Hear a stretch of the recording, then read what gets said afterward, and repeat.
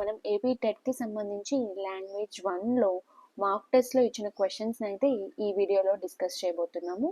So క్వశ్చన్స్తో పాటు దానికి సంబంధించిన ఆన్సర్స్ ఆప్షన్ ఎక్స్ప్లెనేషన్ కూడా మనం ఈ వీడియోలో ఇవ్వడం జరుగుతుంది. సో వితౌట్ ఎనీ లేట్ మీరైతే ఈ వీడియోకి ఒక లైక్ చేసి మన ఛానల్కి అయితే సబ్స్క్రైబ్ చేసేసేయండి. సో ఇక్కడ మనం క్వశ్చన్ చూసుకుంటే మేన ప్లస్ అత్త, మేనత్త, మేనయత్త అని 2 రూపాలు వస్తాయి. ఇక్కడ సంధి ఏంటి అని అడుగుతున్నారు. అన్యకార్యమా, బహుళమా, వైకల్పికమా, నిత్యమా? అన్యకార్యం అనంటే సంధి సూత్రానికి సంబంధించింది కాకుండా ఒక డిఫరెంట్ రూపాన్ని కానీ డిఫరెంట్ ఫామ్ని కానీ వస్తే దాన్ని మనం అన్యకార్యం అని అంటాం. నెక్స్ట్ బహుళం అనేది ఏంటంటే ఆ సంధి కార్యానికి సంబంధించి ఒక్కొక్కసారి ఖచ్చితంగా జరగడం కానీ, నిత్యం ఎప్పుడు ఉండేది కానీ, ఒక్కోసారి నిషేధం అసలు లేని ఫామ్ రావడం కానీ, ఒక్కొక్కసారి వైకల్పికంగా ఉండడం కానీ, ఒక్కొక్కసారి అన్యకార్యంగా ఉండడం కానీ, ఈ 4 రకాల్ని మనం బహుళం అని అంటాం. నెక్స్ట్ వైకల్పికం అనంటే ఏంటి అనంటే ఒక ఫామ్ ఏమో మనకి ఇక్కడ తీసుకుంటే ఒక ఫామ్ ఏమో ఖచ్చితంగా సంధి ప్రకారంగానే జరగడము, అంటే ఆ సంధి సూత్రానికి తగినట్టుగానే జరగడము. ఇంకొకటి డిఫరెంట్ రూపాన్ని కానీ ఉన్నట్లయితే, అంటే ఒక్కొక్కసారి సంధి కార్యం జరుగుతుంది, ఇక్కడ ఒక్కొక్కసారి సంధి కార్యం జరగని ఫామ్ కానీ మనకు కనపడితే దాన్ని వైకల్పికం అని అంటాం. నిత్యం అంటే ఎల్లప్పుడూ సంధి కార్యం ప్రకారంగానే జరిగితే దాన్ని మనం నిత్యం అని అంటాం. ఇక్కడ ఈ 2 రూపాలకి సంబంధించి అయితే ఇక్కడ వైకల్పికం కరెక్ట్ ఆన్సర్. నెక్స్ట్ క్వశ్చన్,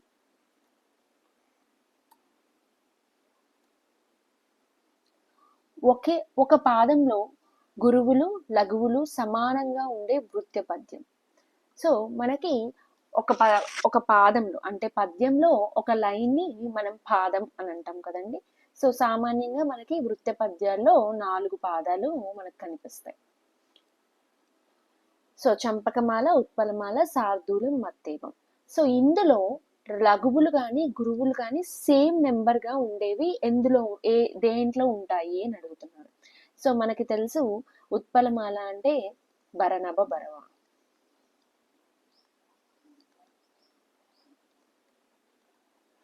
చంపకమాల అంటే నజ భజ జజర అనే గణాలు మనకు కనిపిస్తాయి. నజ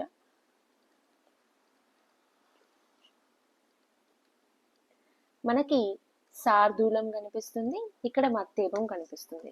మనకి శార్దూలంలో ఉండే గణాల్ని ఒకసారి చూద్దాం. శార్దూలంలో మనకి మస జస తతగా, మస జస తతగా. నెక్స్ట్ లాస్ట్ మత్తేవంలో మనకి సబరణమయవ.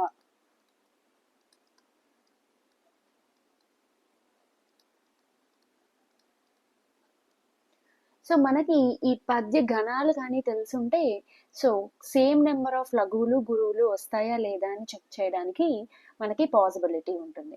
సో మనకి తెలుసు కదండి. సో మనకి గణాలు గుర్తులేని సందర్భంలో యా, మా, తా, రాజ, బాణ, స ఇది గుర్తుపెట్టుకొని సో దీనికి మనం ఒక్కసారి చెక్ చేస్తే మనకు అర్థమైపోతుందండి. మనం మత్తేవం చెక్ చేద్దాము. ఇక్కడ ఆన్సర్ మత్తేవం కాబట్టి మత్తేవం చెక్ చేద్దాము. సో సగనం అనంటే మనము సగనం అంటే మనకి ఇక్కడ ఇది సగనము. నెక్స్ట్ బాన్ అంటే మనం ఇక్కడ నుంచి చెక్ చేసుకోవాలి, U11. నెక్స్ట్ రాన్ అంటే రగణంలో ఒక గురువు లఘువు గురువు ఉంది. నెక్స్ట్ నా చెక్ చేసుకుంటే మనము ఒక లఘువు తర్వాత మనకి గురువు కనిపిస్తుంది. నెక్స్ట్ ఇక్కడ మగనం చెక్ చేసుకుంటే ఒక లఘువు గురువు కనిపిస్తుంది. యగనం చెక్ చేసుకుంటే మనము ఒక గురువు లఘువు గురువు. నెక్స్ట్ మనకి తెలుసు మనకి వగనం అంటే ఒక లఘువు ఒక గురువు. ఇప్పుడు మనం కౌంట్ చేద్దామండి ఎన్ని గురువులు ఉన్నాయి అని. ఇది 1 2 3 4 5 6 7 8 9 10. ఇక్కడ 10 గురువులు 1 2 3 4 5 6, 7, 8, 9, 10. సో 10 లఘువులు ఉన్నాయి కాబట్టి అంటే సేమ్ నెంబర్ ఆఫ్ గురువులు లఘువులు కనిపించే వృత్త పద్యం మనం ఇక్కడ మత్యేవం అని చెప్పొచ్చు. నిత్యము అనే ప్రకృతి పదానికి వికృతి. నిత్యము అనే ప్రకృతి పదానికి వికృతి పదం మనకి నిచ్చలు. డైరెక్ట్ ఆప్షన్ 1 అనేది ఇక్కడ మనకి కరెక్ట్ చాయిస్. నెక్స్ట్ ఇక్కడ క్వశ్చన్ నెంబర్ 5 చూస్తే కవీంద్రుడు కూడా అని ఇచ్చారు. గీత గీసిన పదబంధాలలోని సంధి ఏంటి అని అడుగుతున్నారు. సో కవి ప్లస్ ఇంద్రుడు కవీంద్రుడు అవుతుంది మనకి ఇక్కడ. సో ఇక్కడ ఇచ్చిన ఆప్షన్స్ లోని సూత్రాలని మనం ఒక్కసారి రివైజ్ చేసుకుందాము. వృద్ధి సంధి సూత్రం ఏమిటి అని అంటే మనకి అకారమునకు ఏ ఐలు పరమైనప్పుడు ఔకారము ఐకారము, ఓ ఔలు పరమైనప్పుడు ఔకారము వస్తే దాన్ని మనం వృద్ధి సంధిగా చెప్పుకుంటాము. ఇక్కడ మనకి ఆ పాసిబిలిటీ అయితే కనిపించట్లేదు. నెక్స్ట్ యనాదేశ సంధికి సూత్రం చూద్దాము. ఈ ఊ రూలకు అసవర్ణములైన అచ్చులు వచ్చినప్పుడు సో క్రమంగా మనకి యా కానీ వా కానీ రాలు కానీ వస్తాయన్నమాట. యా వా రాని మనం ఎన్నులు అని కూడా అంటాం. సంస్కృతంలో వీటిని ఎన్నులు అని అంటాం. సో ఇక్కడ ఆ పాసిబిలిటీ ఉందా అంటే లేదు. నెక్స్ట్ మనం గుణసంధి సూత్రం తీసుకుంటే అకారమునకు మనకి ఈ ఊ రూలు పరమైనప్పుడు మనకి క్రమంగా ఏ ఓ అర్లు ఆదేశం అవ్వడాన్ని మనం గుణసంధిగా చెప్పుకుంటాం. సో ఇక్కడ ఆ పాసిబిలిటీ కూడా లేదు. సో మనకి ఇక్కడ కవీంద్రుడిలో కవిలో ఈ, సో ఇక్కడ ఇంద్రుడిలో ఈ వచ్చినప్పుడు మనకి ఈ వచ్చింది అంటే దీర్ఘం వచ్చింది. సో ఆ ఈ ఊ రూలకు సవర్ణములైన అవే అచ్చులు పరమైనప్పుడు, సో ఇక్కడ ఈలో ఈకి పరమైనప్పుడు దీర్ఘాలు వస్తాయి. అంటే ఈ అనేది ఇక్కడ మనకు వచ్చింది కాబట్టి ఇది సవర్ణ దేశ సంధిగా మనం చెప్పుకుంటాము. నెక్స్ట్ క్వశ్చన్ తీసుకుంటే చెప్పులోని రాయి చెవిలోని జోరీగా, ఈ వాక్యంలోని విభక్తిని మనం గుర్తించాలి. మనకి టోటల్ గా విభక్తిలో ఉండే ప్రత్యయాలు, ఆ విభక్తులకి సంబంధించిన ప్రత్యయాలంతా మనం ఒకసారి రివైజ్ చేసుకుంటే బాగుంటుంది. సో ప్రథమ విభక్తిలో మనకు ఉండే ప్రత్యయాలు డు, ము, వు, లు, ఇవి ప్రథమ విభక్తిలో ఉంటాయి. నెక్స్ట్ నిన్, నున్, లన్, కూర్చి, గురించి, ఇది ద్వితీయ విభక్తి. ఇక్కడ ఉండేవేవి కానీ మనకి ఇక్కడ కనిపించట్లేదు. నెక్స్ట్ తృతీయ విభక్తి చేతన్ చేన్ తోడన్ థోన్, చేతన్ చేన్ తో తన్ థోన్.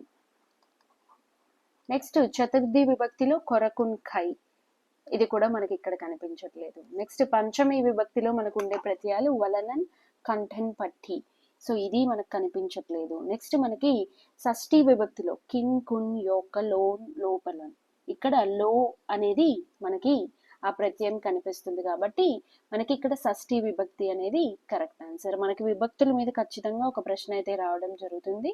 సో మనం ఇది చేయడం వల్ల ఈజీగా మనం దీన్ని ఆన్సర్ చేయడానికి ఉంటుంది. నెక్స్ట్ శేష ఛాయికి ముక్కు శిరము శిరము, ఈ పాదంలోని అలంకారం. ఇక్కడ మనకి ఇచ్చిన 4 అలంకారాలని ఒకసారి చూద్దాము.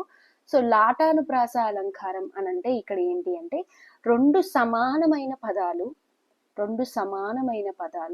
అర్థభేదం లేకుండా తాత్పర్య భేదంతో, అంటే అర్థంలో మీనింగ్, తాత్పర్యంలో వాటి యొక్క భావంలో మనకి మీనింగ్ కనిపిస్తుంది ఆ కాంటెక్స్ట్ ని బట్టి. సో వెంటనే కూడా వస్తాయి, వాటిని మనం లాటానుప్రాస అలంకారం అని చెప్పొచ్చు. సో ఇక్కడ మనకి లాటానుప్రాస అలంకారం అనేది కరెక్ట్. నెక్స్ట్ చేకానుప్రాస అలంకారం అంటే ఇవి కూడా పక్కనే వస్తాయి, పక్కనే వాడబడతాయి, కానీ అర్థభేదంతో ఉంటుంది. ఇప్పుడు అరటి తొక్క రాదు, అరటి తొక్క రాదు.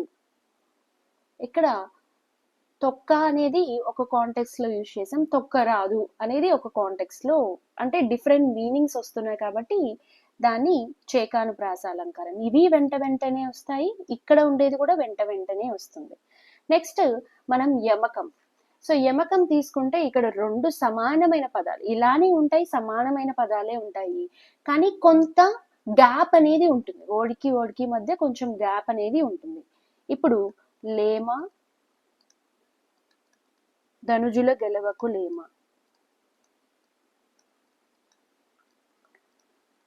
ఇక్కడ చూడండి, సో ఇక్కడ ఉంది, ఇక్కడ ఉంది, కానీ ఇక్కడ మనకి గ్యాప్ అనేది ఉంది కదా, ఇలా ఉండేదాన్ని మనం యమకం అని అంటాం. వృత్యానుప్రాస అని అంటే ఏంటి అని అంటే మనకి సో ఒకే అచ్చు ఆర్ ఒకే హల్లు పలుమార్లు పదే పదే రిపీట్ అయితే దాన్ని మనం వృత్యానుప్రాస అలంకారం అని అంటాం అనమాట. అంటే ఒక పద్యంలోని పాదంలో ఆ హల్లు రిపిటేటివ్గా మనకి కనిపిస్తూ ఉంటుంది. సో ఇక్కడ మనకి కరెక్ట్ ఆన్సర్ వచ్చి లాటానుప్రాస అలంకారం. నెక్స్ట్ క్వశ్చన్ చూద్దాము.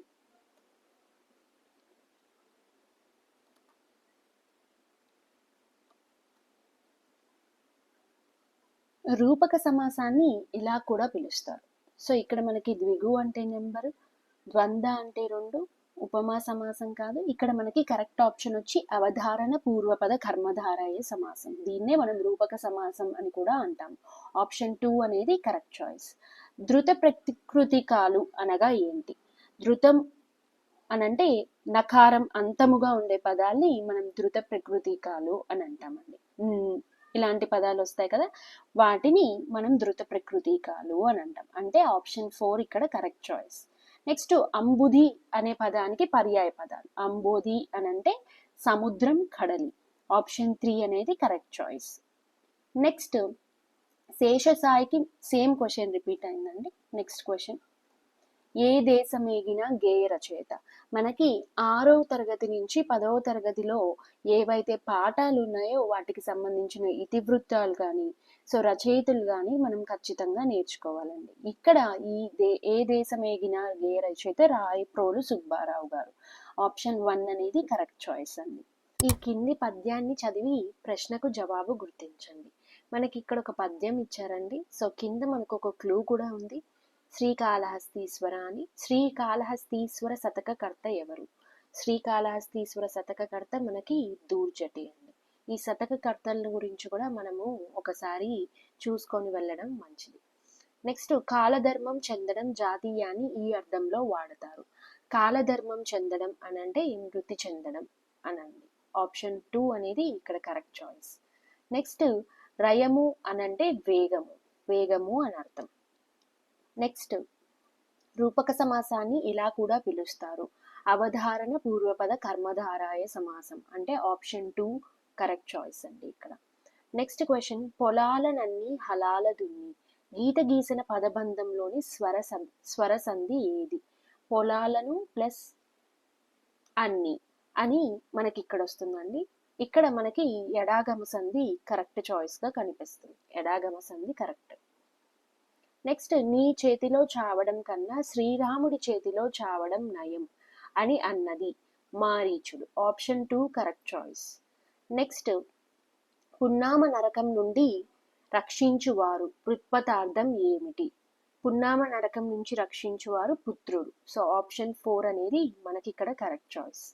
నెక్స్ట్, కింది గద్యాన్ని చదివి ప్రశ్నకు జవాబు గుర్తించండి.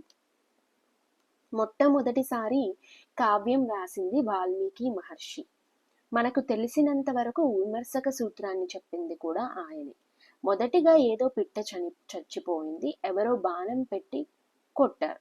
పిట్ట చచ్చిపోయింది అనేది ఆయన నోటి వెంట ఒక శ్లోకం వచ్చింది. ఈ శ్లోకం ఏమిటి? ఎలా వచ్చింది? ఎందుకు వచ్చింది? ఆ ప్రయత్నంగా పుట్టింది అది.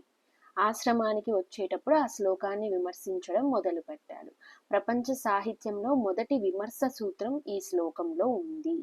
మొట్టమొదటి విమర్శక సూత్రం చెప్పింది మనకి ఇక్కడ వాల్మీకి మహర్షి అండి. అంటే ఆప్షన్ 3 అనేది కరెక్ట్ చాయిస్.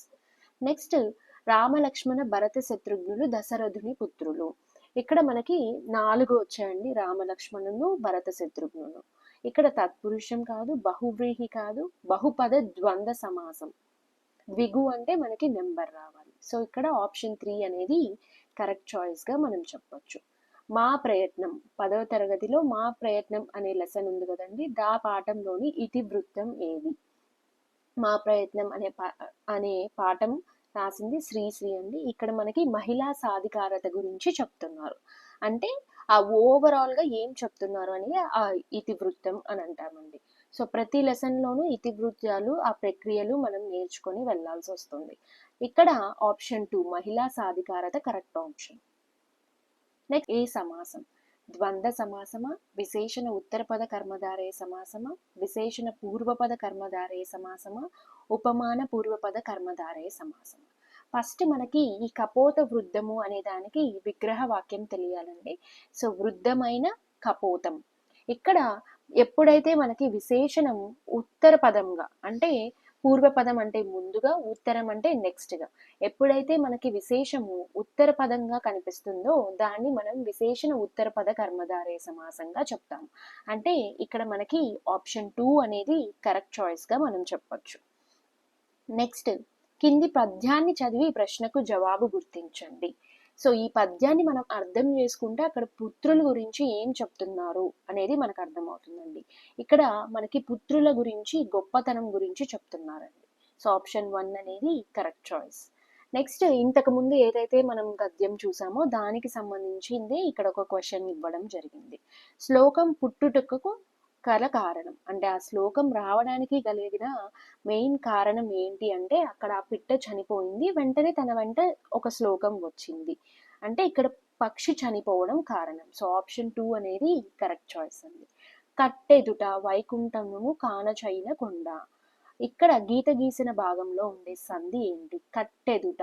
ఇక్కడ మనకి టా వచ్చిందండి. సో ఇక్కడ టాకి టా ఒత్తు వచ్చింది. సో కట్ట ప్లస్ ఎదుట. ఇక్కడ మనము విరుక్త టకార సంధిగా చెప్పవచ్చు. ఆప్షన్ 3 అనేది కరెక్ట్ చాయిస్. నెక్స్ట్ గరిమల్ల సత్యనారాయణ రచించిన గేయం ఏమిటి? మా కొద్దీ తెల్లదరాతనం. సో ఆప్షన్ 3 అనేది కరెక్ట్ చాయిస్ అండి. నెక్స్ట్ వ్యాకరణ పరిభాషలో వీటికి వృద్ధులు అని పేరుంది. వృద్ధులు అని అంటే మనకి వృద్ధి సంధిలో మనం ఆల్రెడీ డిస్కస్ చేసుకున్నాం కదండి. ఏ ఐ ఓ ఔలు మనకి వృద్ధులు. ఆప్షన్ 4 అనేది మనకు కరెక్ట్ చాయిస్. లేఖను ఎవరు రాశారు, ఎవరికి రాశారు? ఇక్కడ ప్రశ్న అండి. సో కాబట్టి ప్రశ్నార్థక వాక్యం. ఆశ్చర్యార్థకం అంటే ఎక్స్క్లమేషన్. నిషేధార్థక వాక్యం అంటే దేన్నన్నా మనం చేయకూడదు అనే దానికి యూజ్ చేస్తాము. సో ఇక్కడ మనకి ఆప్షన్ 3 అనేది కరెక్ట్ చాయిస్.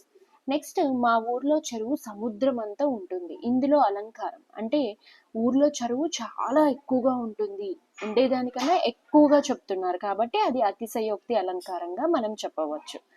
నెక్స్ట్ తింటే, చేస్తే మొదలైన క్రియలు ఇచ్చే అర్థం ఏంటి అని అంటే ఏదైనా తింటే, చేస్తే, జరిగితే ఇఫ్ క్లాస్ అనేది మనకి ఉంటే ఇక్కడ చేతర్థకం అంటే ఆప్షన్ 1 అనేది మనకు కరెక్ట్ చాయిస్. కింది వానిలో కచిక పదం ఏమిటి? కచిక పదం అంటే ముందు వెనక ఉన్నా కానీ ముందుది వెనక్కి, వెనక్కి ముందుది చేసినా కానీ మనకి అక్కడ ఒకటే వస్తుందండి. సో వీటినే మనం భ్రమక పదాలు అని కూడా అంటాం. ఇక్కడ పులుపు, పులుపుని ముందుకు చేసినా వెనక్కి చేసినా మనకి పులుపు అనే ఉంటుంది. ఇంకో ఎగ్జాంపుల్గా మనం వికట కవి కూడా చెప్పవచ్చు. సో ఆప్షన్ 4 అనేది కరెక్ట్ చాయిస్. Thank you. మన వీడియోకి ఒక లైక్ చేసి మన ఛానల్కి అయితే సబ్స్క్రైబ్ చేసేసుకోండి. Thank you.